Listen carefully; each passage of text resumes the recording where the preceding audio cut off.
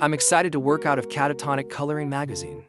This coloring book is seriously fun, and it's hard not to love every page. This book is filled with some great images that will challenge our coloring skills.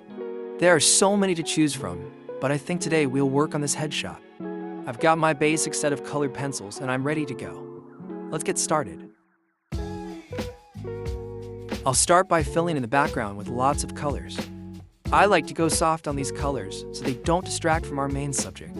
These background colors will really make this piece look more realistic. Let's make this a gold chain by using a combination of yellow and orange. There, that's looking great. Now let's move on to our sweater.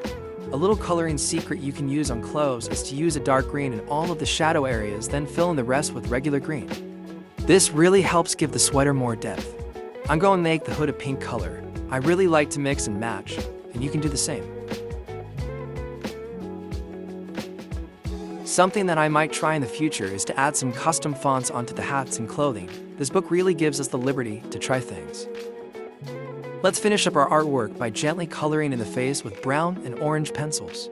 Sometimes I find pictures of cats and I try to copy the colors I see to make it more lifelike. The more you practice, the better you'll get at noticing the textures and colors that look natural. Let's finish up with a pink nose and some piercing green eyes.